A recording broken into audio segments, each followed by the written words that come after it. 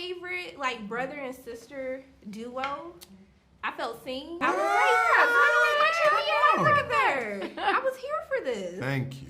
Very specific dynamics, right? But every family is like messy. I know. Yeah. And then you got the two siblings, they vibe better. Yeah. And the other sibling, they just gotta figure it out.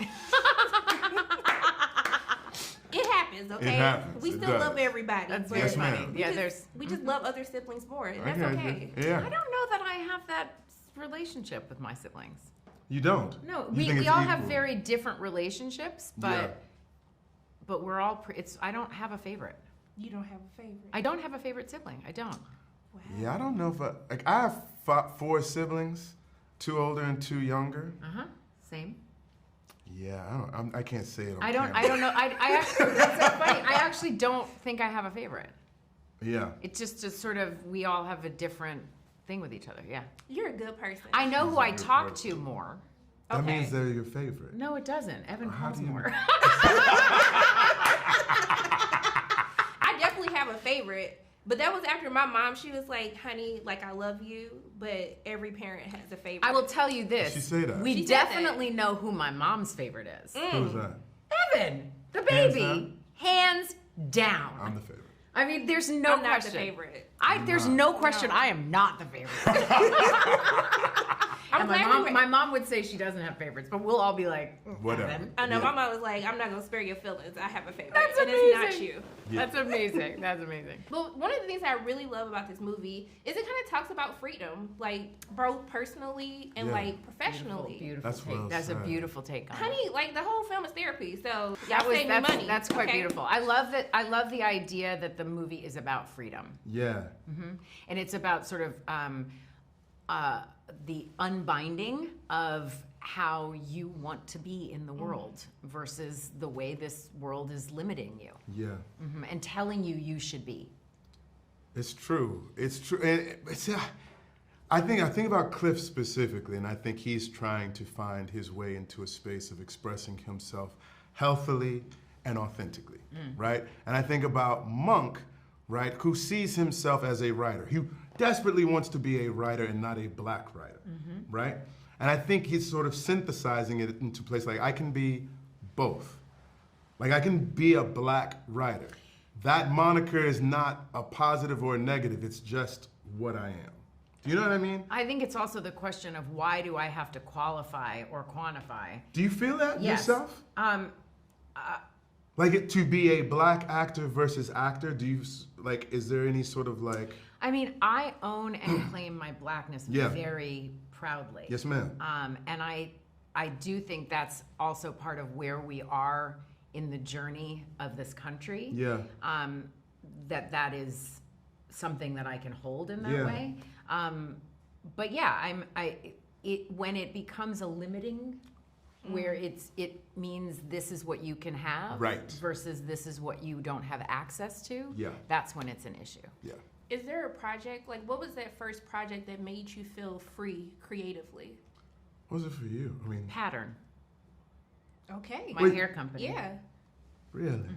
It's the first thing I made that comes fully and solely and completely out of the celebration of who I feel, how I feel about myself. As an actor, it's not as easy. Yeah. You're fitting into somebody else's idea, and then doing all the stretching. Yeah. But I've had the blessing of the projects I'm known for and where I've spent most of my time have been run by Black people, and their stories and narratives told. And even within that, I have places of challenge. Yeah, I've felt enormous freedom throughout most of my career to sort of be myself. And This Is Us is created by a Jewish man who I adore, Dan Fogelman, and I felt so seen. And I think in the earlier part of my career, there were so many things that were sort of like not race specific, like all ethnicities allowed, et cetera. So it was like that was their way of sort of opening it up for, multiculturalism, et cetera. And so there was an erasing rather than an actual seeing. Like this was written for a black man in this white family that was going through a very particular sort of identity crisis of his own. And I felt like I love being seen. That makes me feel good. Yeah. Well, I see both of y'all.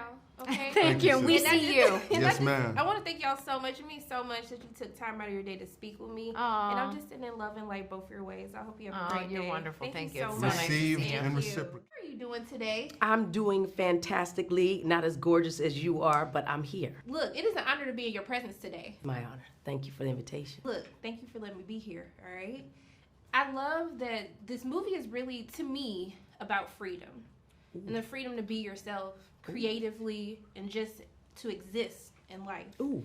And I want to know for you, like, what was that moment for you, either personally or professionally, that you felt like you could truly be free? First of all, thank you for saying that. You're the first person who said it. And I hear that, and I'm going to take that in, because you're right. Find me Tamika.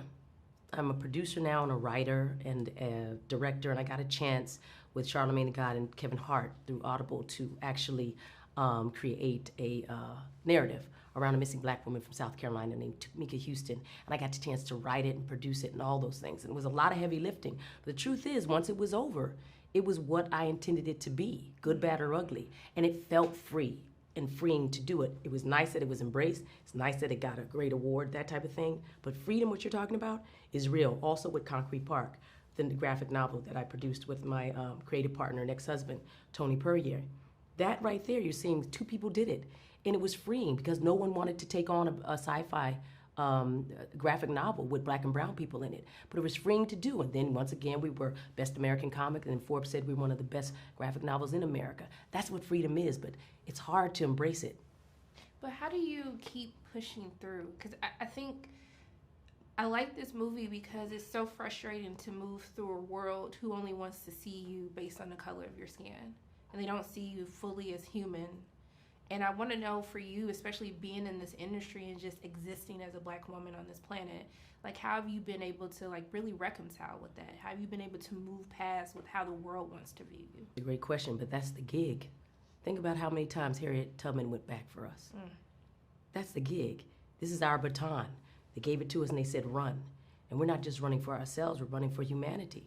We're all running our race, every single last one of us. Reverend Barber calls this the third Reconstruction. And so that means that we're all architects of it. What does that mean? That we all need to put our best selves forward. And so that takes time, but it's also intimidating, but it's also, you know, it takes sacrifice. But not more sacrifice than the ancestors gave us. And so it's our time, and everything that you do matters. It helps build on. So we're all building together. But I really like how you're asking those questions, because it can be very lonely. Yeah. And can be hard. And I try to think about it because I get a little overwhelmed. But I'm glad. I'm glad to see you. Look, oh my goodness. Okay, let me get it together. Okay, Me too, we on girl. camera. We on camera. Me We too. get it together. Me too. But I love with your character also too is that we don't get to see black women be loved, but also to see black women be content to love themselves Ooh. and be by themselves and be happy with themselves.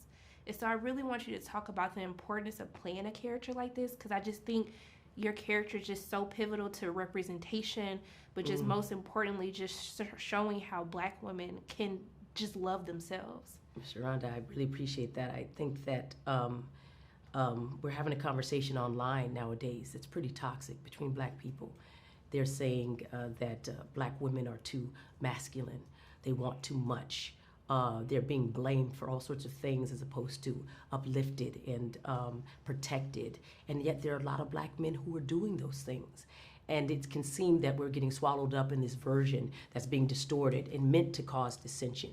But the truth is, black women have been holding up the sky for a very long time.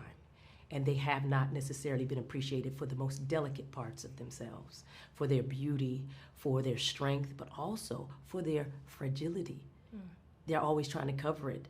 And so all I can say is that at this time, and if black women and women of color are talking about this, I just want to tell them they're not alone, and that we must do better in how we have this conversation, because it doesn't mean it's going to come from somewhere else. And I know that's another burden, but it's just the truth. And we also need to take heart that we are doing very well. And we need to take care of ourselves and the way we eat, the way we exercise, the choices that we make, the people that we allow into our lives, the things that we put our time to. Life is short. Time is short. So don't waste it, and make sure that you keep your strength up, because we're going to need it. Take your vitamins, stretch, all those wonderful things. Okay, and the thank you stretch. for all that you represent, because it's real. Look, I just thank you so much. Like, you truly have uplifted me today. Like, I just thank you for your words, and just thank you for taking time to speak with me. I'm just sending nothing but love and light your way. And hope I you have a great day. send nothing but love and life to you, Thank you because so I much. know where you are, and I can feel it when you come in the room. It's power, but it's also beautiful, and it's delicate, and I want to protect you. So let's protect each other. I got you. I got your you back. too. Thank you so much. All right, Oh, girl. you just gave me a word today. Let me go clap to myself. How are you doing today? Doing all right, Sharon. How are you? I'm doing good. You gave me a good laugh in this movie. Oh, excellent. I was like, okay, Jeffrey, I see you. We Put a aim to smile on my please. face. We aim to please. But one of the questions that I have is, your character feels like, because the world doesn't see him for who he wants to be seen as, that it almost makes him struggle with his own identity. I don't think he has a struggle with his own identity. I think he has a struggle with the world outside of him. He knows who he is. I mean, it's very clear, and in the book as well, very clear. He's intellectually free.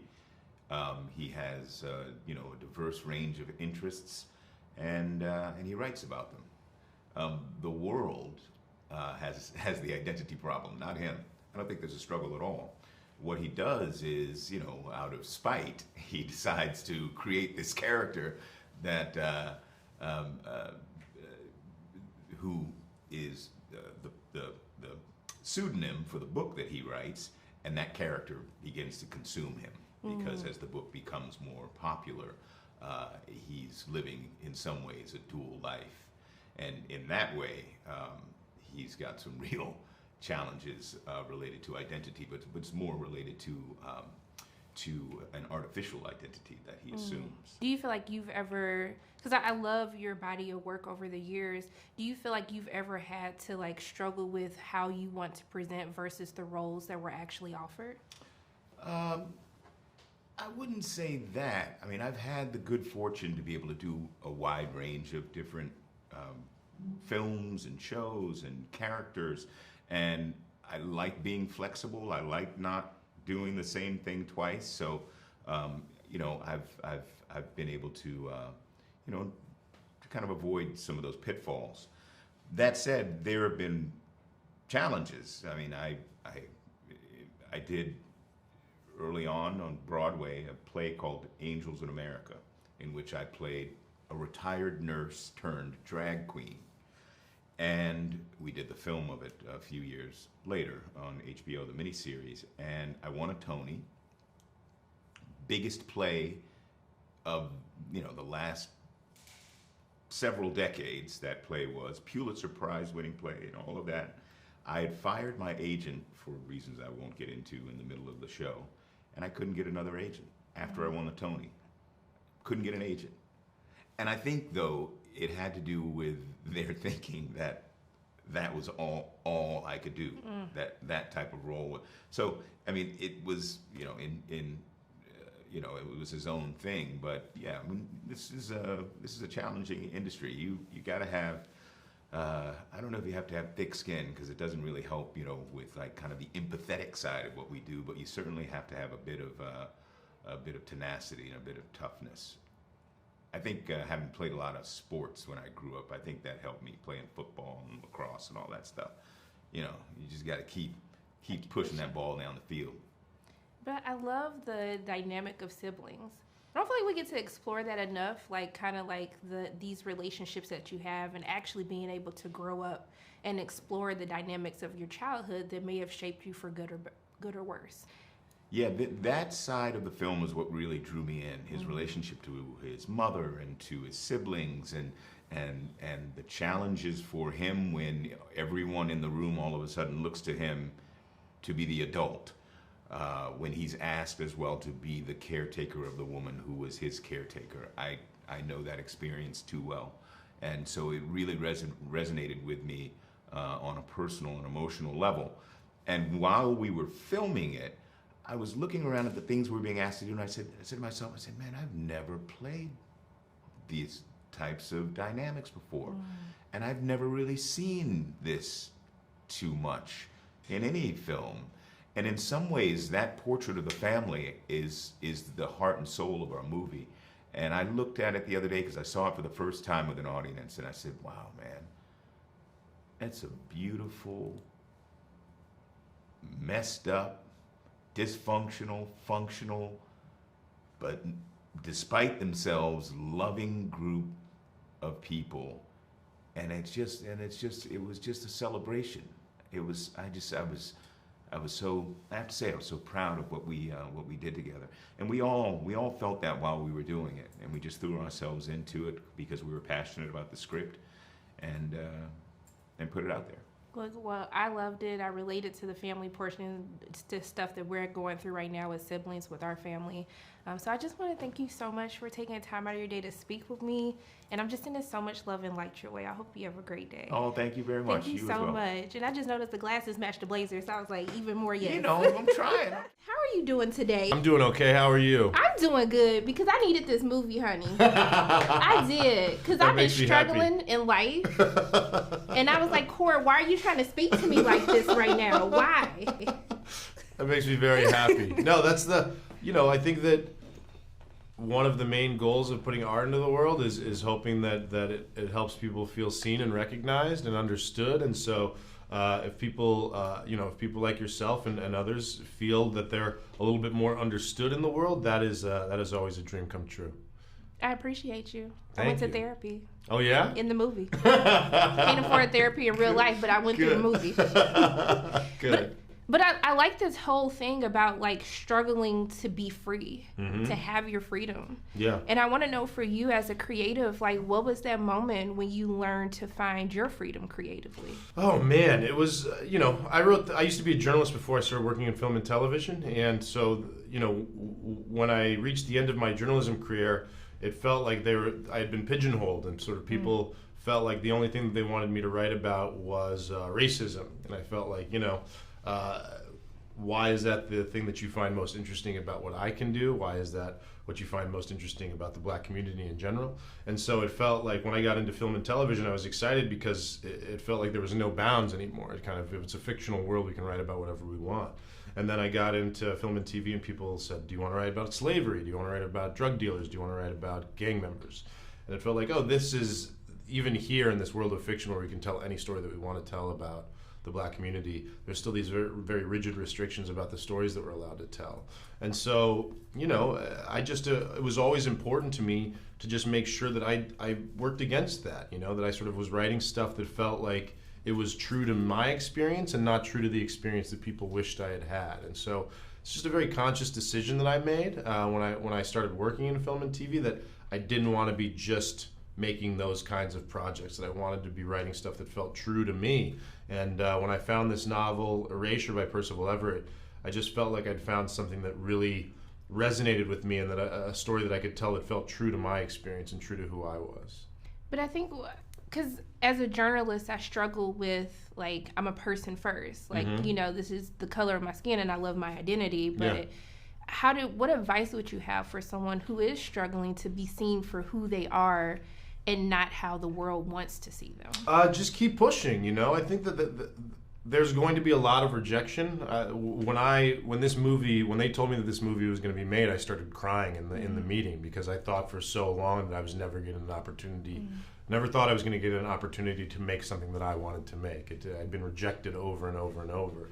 And so, I think that perseverance and tenacity is always the name of the game. I think that in an effort to be yourself, the people are going to tell you to not be yourself a lot. More often than not, they're going to sort of try to shave down the edges and shave down the things that make you unique. And I just think that perseverance and continuing and just working constantly against that, you just need to outlive the people who tell you no. That's what I tell people.